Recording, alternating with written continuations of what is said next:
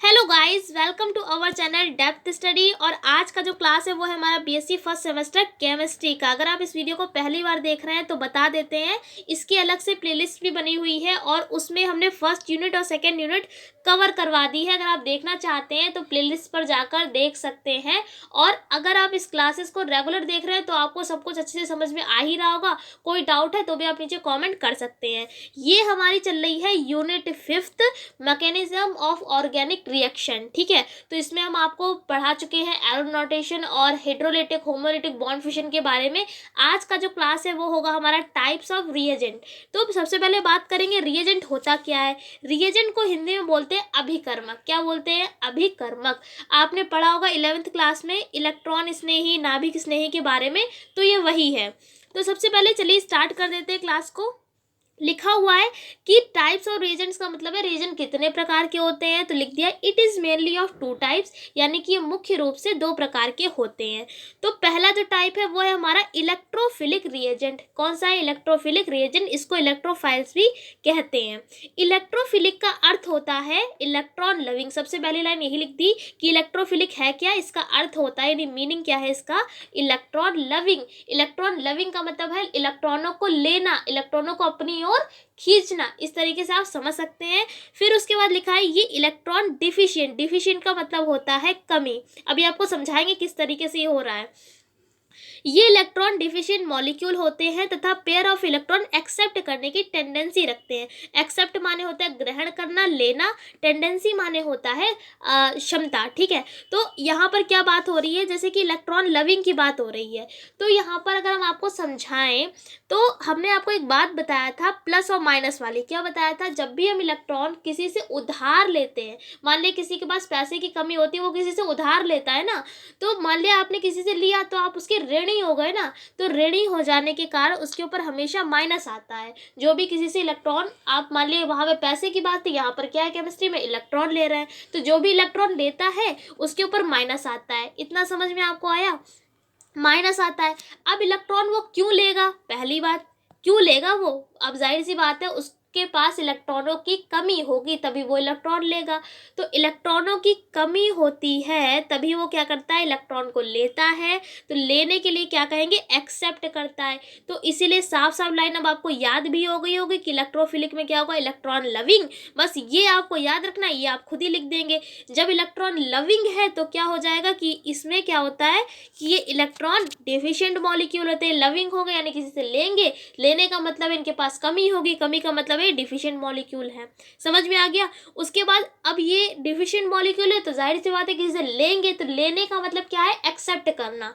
तो लिख दिया ये इलेक्ट्रॉन एक्सेप्ट करने की क्या करते हैं, टेंडेंसी रखते हैं, यानी क्षमता इनके में इलेक्ट्रॉनों को एक्सेप्ट करने की होती है। फॉर एग्जाम्पल यहाँ पर लिख दिया है CH3 positive, Cl positive, NO2 positive, Br positive, H positive, SO3 H positive. तो ये लिख दिया, ये सारे क्या है, हमारे इलेक्ट्रोफिलिक रिएजेंट है।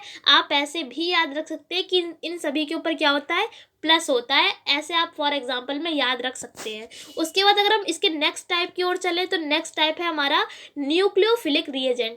ठीक है, पहला क्या था, इलेक्ट्रोफिलिक, जो इलेक्ट्रॉन लविंग होंगे। न्यूक्लियोफिलिक का अर्थ होता है यहाँ पर न्यूक्लियस लविंग। जैसे इलेक्ट्रॉन लविंग था वैसे न्यूक्लियोफिलिक का है तो न्यूक्लियो आप समझ लीजिए, न्यूक्लियस। न्यूक्लियस को हिंदी में बोलते हैं हम नाभिक। जैसे कि आपने पढ़ा होगा परमाणु जो एटम है वो 2 टाइप्स का, दो भागों से मिलकर बना होता है। एक नाभिक होता है जिसमें प्रोटॉन और न्यूट्रॉन होते हैं, बाहर जो चक्कर लगाते हैं इलेक्ट्रॉन। तो ये जो जिसमें प्रोटॉन और न्यूट्रॉन है इसी को हम क्या कहते हैं, न्यूक्लियस, या हिंदी में बोलते हैं नाभिक। तो न्यूक्लियोफिलिक का अर्थ क्या होता है, न्यूक्लियस लविंग। ये क्या होता है, अब इसका वो अपोजिट है। इलेक्ट्रोफिलिक वाला था, इसका क्या है, अपोजिट। इलेक्ट्रोफिलिक क्या कर रहा था, एक्सेप्ट कर रहा था इलेक्ट्रॉनों को। ठीक है, और उनके ऊपर सभी के फॉर एग्जाम्पल में क्या था, प्लस लगा था। इसमें क्या करेंगे, सब माइनस वाले ले लेंगे। और दूसरी बात क्या है, ये इलेक्ट्रॉनों को एक्सेप्ट नहीं करेंगे, क्या करेंगे, डोनेट करेंगे। क्या करेंगे, डोनेट करेंगे। क्यों? क्योंकि इनके पास भाई ज़्यादा हो जाता है तो ये डोनेट कर देते हैं। कुछ ऐसी कंडीशन हो जाती है कि मान लिया किसी के पास इलेक्ट्रॉन 1 या 2 होते हैं बाहरी कोश में, तो ये क्या करते हैं, या तो इनको कोई दे जाए इतना कि इनके 8 पूरे हो जाए, वरना वो भी ले जाए, तो वो वाली कंडीशन है। तो लिख दिया है कि ये electron rich negatively charge ion होते हैं, यानी कि रिच का मतलब है अमीर वाले, ज़्यादा अमीरी होती है इनके पास, चार्ज आयन होते हैं जो इलेक्ट्रॉन पेयर डोनेट करने की टेंडेंसी रखते हैं। वो क्या करते हैं, एक्सेप्ट करते हैं, तो एक्सेप्ट करने के कारण उनके ऊपर माइनस होता है, लेकिन यहाँ पर क्या है, ये डोनेट करते हैं तो उनके ऊपर क्या होता है, प्लस होता है। लेकिन एग्जाम्पल में आपको उल्टा लिखना है, ये आप याद रखें, ठीक है। फिर उसके बाद फॉर एग्जाम्पल लिख दिया Cl negative, Br negative, Cn negative, H2O, NH3 और ETC। तो आशा करते हैं आपको इतना समझ में आ गया होगा, टू टाइप्स के रिएजेंट, इलेक्ट्रोफिलिक और न्यूक्लियोफिलिक। अब बात करेंगे रिएक्शन इंटरमीडिएट। तो इसको समझने से पहले आपको पता होना चाहिए इंटरमीडिएट क्या होता है। रिएक्शन का मतलब तो अभिक्रिया होता है, इंटरमीडिएट का मतलब होता है माध्यमिक। क्या होता है, माध्यमिक, यानी माध्यमिक का मतलब है मध्य, मध्य का मतलब क्या होता है, बीच में, यानी ऐसी रिएक्शन, यानी कोई भी रिएक्शन होगी उसके जो बीच में होगा, जो भी बीच में होगा उसको क्या कहेंगे, इंटरमीडिएट कहेंगे। फॉर एग्जाम्पल अगर हम आपको बताएं, ये ले लिया ए, ये ले लिया बी, ए और बी मिले और बना सी, आप ऐसे समझ सकते हैं ए और बी मिले और बना सी। लेकिन जो ए और जो बी मिला है, ये वाला ए और ये वाला जो बी मिला है, तो इनके बीच में जो प्रोसेस हुआ है उसके बीच में जो हम बोलेंगे तो उसको बोलेंगे इंटरमीडिएट। क्या बोलेंगे, इंटरमीडिएट। अगर आपको हम पढ़कर बताएं तो बहुत आसान लिखा हुआ है कि किसी केमिकल रिएक्शन के बीच बनने वाले स्पेसीज या आयन आप कह सकते हैं को रिएक्शन इंटरमीडिएट कहते हैं। बहुत आसान लिखा हुआ है। जैसे कि अगर आप इंटरमीडिएट की बात करें, आपको अभी 12th का रिजल्ट मिला होगा तो उसमें लिखा भी होगा इंटरमीडिएट। इंटरमीडिएट यानी कि माध्यमिक शिक्षा परिषद, इस टाइप से। तो उसका मतलब भी वहाँ पर भी यही है कि अभी आप बीच वाली कंडीशन में थे इंटर में, लेकिन अब आप जो भी कर रहे हैं ग्रेजुएशन, तो वो हायर एजुकेशन में आ जाता है।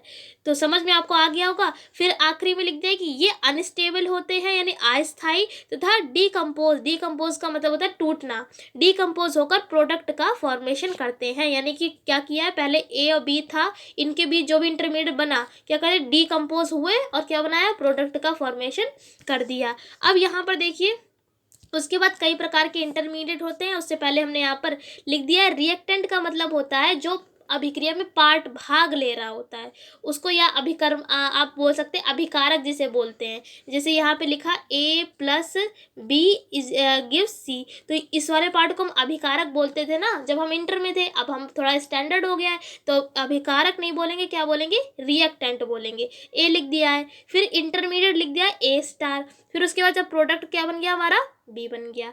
तो समझ में आपको आ गया होगा। उसके बाद क्या करेंगे, टाइप्स ऑफ इंटरमीडिएट, कई तरीके के इंटरमीडिएट होते हैं। तो लिख दिया दीज आर फॉलोइंग टाइप्स, यानी जो भी हैं वो उनकी निम्न प्रकार के हैं, ये बात लिख दी है। पहला होता है कार्बोकैटायंस, कई सारे होते हैं, हम आपको पढ़ाएंगे कार्बोकैटायन, कार्बो एनायन, ऐसे कार्बन फ्री रेडिकल, बेंजाइन है और कार्बीन है, नाइट्रीन है।